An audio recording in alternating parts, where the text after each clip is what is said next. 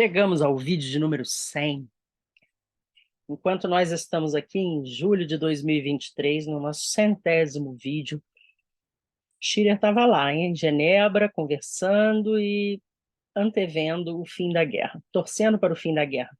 Mas ainda era setembro de 1940 e tinha muita coisa pela frente, né? Como tinha. Vamos dar sequência à nossa história, lembrando sempre que este canal é educativo e não se propõe a disseminar ódio ou violência, ok? Nós estamos aqui para conhecer a história, para não repetir as barbaridades que já aconteceram no passado. E para entender também alguns fenômenos atuais, contemporâneos, que a gente ainda vive em consequência dessa guerra. Berlim, 18 de setembro de 1940. Durante a noite passada, no trem de Basileia em que viajei, quando chegamos a um ponto qualquer perto de Frankfurt, o porteiro entrou no carro e gritou: "Flügelalarm!" Ouvi o tom, o troar longínquo dos canhões, e nada mais. Chegamos a Potsdamer Bahnhof, pontualmente dentro do horário, e pude verificar mais uma vez que, contrariamente às pretensões da BBC, a estação continuava intacta. Reparei em vários soldados ligeiramente feridos, na sua maioria aviadores, descendo de um vagão especial que fora ligado ao nosso trem.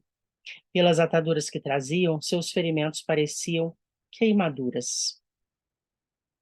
Reparei ainda num grande trem de feridos, o maior que já vira, e que se estendia desde a estação até 500 metros de distância, além da ponte do canal Landwehr.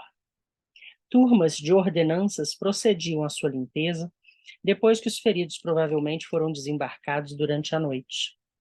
Em geral, os alemães costumam fazer o desembarque dos seus feridos depois do escurecer, para que a população não se sinta indevidamente perturbada por um dos lados mais tristes dessa guerra gloriosa. Pus-me a refletir para ver se descobria de onde tinham chegado tantos feridos. Uma vez que os exércitos que se acham na frente ocidental suspenderam a luta desde há 3 meses. Como havia poucos carregadores, tive que esperar algum tempo na plataforma e pude puxar conversa com um operário da estrada de ferro. Esse trabalhador me revelou que a maioria dos feridos, chegados naquele trem e transferidos para um hospital, apresentavam ferimentos produzidos por queimaduras. Seria possível que, no fim das contas, as histórias que eu ouvira em Genebra tinham alguma coisa de real? Naquela cidade suíça, os rumores correntes diziam que, tanto numa tentativa em larga escala que os alemães fizeram para desembarcar tropas na Inglaterra, como nas experiências feitas com o auxílio de barcaças e outras embarcações, os ingleses tinham proporcionado aos alemães um mau quarto de hora. As informações recebidas na Suíça, via França, adiantavam que inúmeras barcaças e navios alemães foram destruídos nessas tentativas, perecendo afogados grandes contingentes nazistas. Além disso, as mesmas informações acrescentavam que os ingleses tinham feito uso de um novo tipo de torpedo, dirigido pelo rádio, invenção suíça, segundo me afirmaram em Genebra, que espalhava petróleo incendiado sobre as águas e ateava fogo às embarcações. Os soldados queimados que vi hoje cedo na estação davam uma certa verossimilhança a essa informação. Hoje à noite, Ribbentrop partiu inesperadamente para Roma. São muitas as explicações dadas ao caso. A minha é esta: foi levar a Mussolini a notícia de que não se fará nenhuma tentativa de invasão da Inglaterra durante este outono.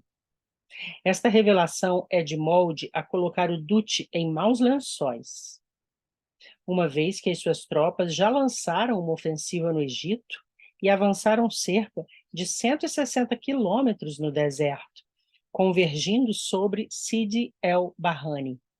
Mas, segundo parece, esse esforço italiano foi primitivamente planejado com o fito único de distrair a atenção inglesa da invasão alemã contra as suas ilhas. Agora começa a aparecer embora eu ainda acredite que Hitler possa vir a tentar a invasão, que a guerra neste inverno vai ser transportada para o Mediterrâneo, onde as potências do eixo tentarão desfechar um golpe mortal no Império Britânico, com a conquista do Egito, do Canal de Suez e da Palestina. Napoleão conseguiu realizar essa campanha no passado, e o golpe não destruiu o Império Britânico. Napoleão tentou também a invasão, concentrando as suas barcaças e navios exatamente no mesmo local em que Hitler reuniu os seus, apesar de nunca ter ousado desfechar o golpe. No entanto, agora, a conquista do Canal de Suez pode destruir o Império. O motivo da presença em Berlim do braço direito do generalíssimo Franco, Serrano Suñer, é que Hitler deseja que o caudilho ataque Gibraltar com as suas próprias forças ou consinta na passagem das tropas alemãs através de território espanhol, vindas da França, para realizar essa tarefa. Ouço muitos comentários sobre a divisão da África entre a Alemanha e a Itália, dando à Espanha uma grande área de território, desde que Franco concorde com o que lhe exigem. Desde que parti para Genebra, Berlim somente foi bombardeada uma única vez. Seus 5 milhões de habitantes recuperaram o sono e estão novamente cheios de uma confiança fagueira. Eles acreditam sinceramente que os aparelhos ingleses não são capazes de atravessar as defesas antiaéreas da cidade. Churchill está cometendo um erro em não mandar outras formações da Força Aérea para os ataques a Berlim. Meia dúzia de aviões bastaria para cumprir a tarefa. Isto é, obrigar o povo a correr para os abrigos durante a noite, tirando-lhe o sono. O moral caiu consideravelmente em Berlim, quando a Força Aérea começou a nos visitar quase todas as noites. Pude então ouvir muitas queixas sobre a diminuição da eficiência dos operários das fábricas de armamentos e até dos funcionários oficiais, em virtude da perda de sono e do crescente nervosismo geral. Os ingleses não possuem um número de aviões suficiente para devastar Berlim, mas dispõem deles em quantidade bastante, apenas 5 ou 6 por noite, para arruinar o moral do mais populoso centro do país. Será possível que esperam que os alemães suspendam os seus terríveis bombardeios de Londres, deixando Berlim em paz? Isso seria um cálculo absurdo. Berlim, 19 de setembro de 1940. Tendo conseguido economizar uma pequena quantidade de gasolina na minha cota mensal de 140 litros, fui a Siemensstadt esta tarde, levando comigo Joe Hart e Ed Hartrich, a fim de verificar se os bombardeios aéreos danificaram as usinas elétricas da Siemens, uma das mais importantes indústrias de guerra da Alemanha. Estava também curioso em conhecer o estado de espírito dos operários. Rodamos vagarosamente em torno da fábrica, mas não nos foi possível verificar qualquer indício de estragos. Os milhares de operários que de lá saíram, depois do trabalho da tarde, pareciam bem alimentados e muito contentes. Alguns deles davam mesmo a impressão de prosperidade, tratando de acender os seus cigarros logo que se viam na rua. Durante os 15 dias em que os ingleses bombardearam Berlim praticamente todas as noites, segundo me afirmaram vários alemães, o esforço despendido para trabalhar 10 horas a fio, depois de passar uma noite em claro, começou a causar os seus efeitos sobre eles. Mas hoje, para minha tristeza, todos apresentavam a melhor das aparências. Regressando à cidade, algo desapontados pelo que tínhamos observado, vimos uma grande multidão aglomerada no meio de uma ponte sobre uma via férrea. Julgamos tratar-se de algum acidente, mas não. Era o povo que olhava silenciosamente um grande trem da Cruz Vermelha desembarcando feridos. O fato está se tornando interessante. Somente durante aquela quinzena de setembro, em que os poloneses estavam sendo arrasados, e no decorrer de um mês desta última primavera, quando o Ocidente vinha sendo aniquilado, foi-nos possível constatar tantos trens-hospitais em Berlim.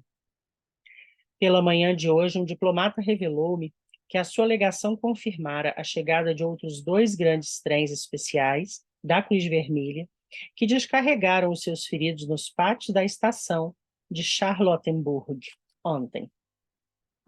Com esse, eleva-se a 4 o número dos grandes trens de feridos que sei terem chegado a Berlim nestes últimos 2 dias. Por outro lado, nunca, desde o início da guerra, a imprensa alemã se mostrou tão indignada contra os ingleses como hoje. Segundo afirmam os jornais, no decorrer da noite passada, os britânicos desfecharam um bombardeio contra o hospital de Bodelschwingh, em Bethel, na área ocidental do Reich, onde são recolhidas crianças débeis mentais, matando 9 delas e ferindo outras 12. Os mesmos jornais que começaram atualmente. Você vê que os nazistas eles matavam as pessoas que tivessem qualquer deficiência mental, deficiência física, né? E aqui colocam a culpa nos ingleses por terem matado crianças indefesas com problemas mentais.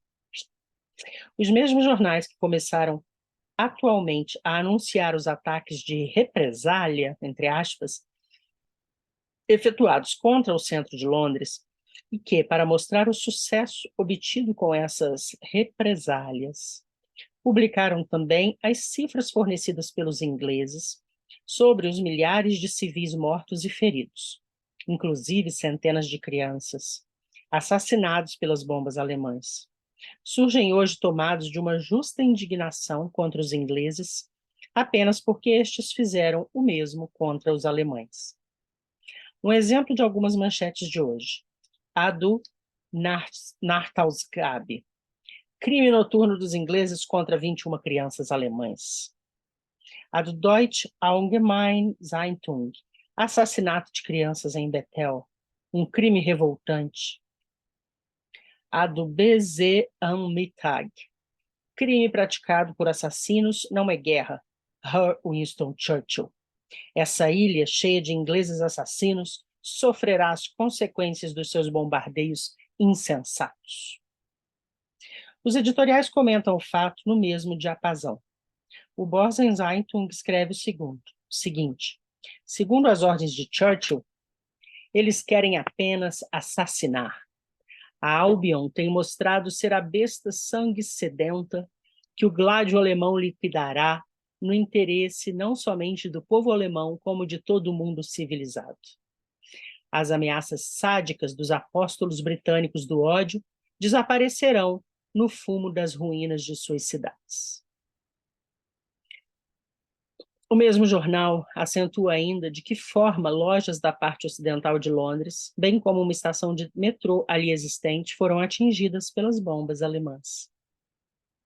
Hoje à noite, o Diplo, redigido e publicado pelo Ministério do Exterior, pontifica da seguinte forma: o que é fato é que a Alemanha está fazendo a guerra com armas limpas e carvalheirescas. Abre parênteses. Com o centro de Londres bombardeado indiscriminadamente todas as noites, uma vez que a Força Aérea Real, com os seus caças, acabou com os ataques diurnos. Fecha parênteses. Entretanto, é preciso ter em mente que os jornais alemães não refletem absolutamente a opinião pública. Toda essa indignação histérica é criada muito artificialmente, do alto. E não resta a menor dúvida de que a razão desse modo de proceder é a necessidade de justificar perante o povo alemão tudo o que a Luftwaffe está cometendo contra o povo inglês. A cada dia que passa, a censura às nossas irradiações está se tornando mais insuportável. Ainda esta noite, tive uma desinteligência bastante séria com um dos censores nazistas, que não me permitiu ler as manchetes acima citadas, sustentando que as mesmas dariam aos americanos uma impressão errônea. Além disso, afirmou que eu era demasiadamente irônico, até mesmo na escolha das manchetes. ficamos por aqui, não antes de observar o modus operandi da comunicação de desinformação, né? Mente-se, fala-se que o inimigo está fazendo aquilo que, que, o, que ele está fazendo, né? Os nazistas, no caso, diziam que os britânicos estavam fazendo o que eles, nazistas, faziam. E a gente vê muito isso, essa tática, até hoje, no Brasil e em outros lugares do mundo onde a extrema-direita está ainda ganhando espaço. Nos vemos no próximo vídeo. Até mais.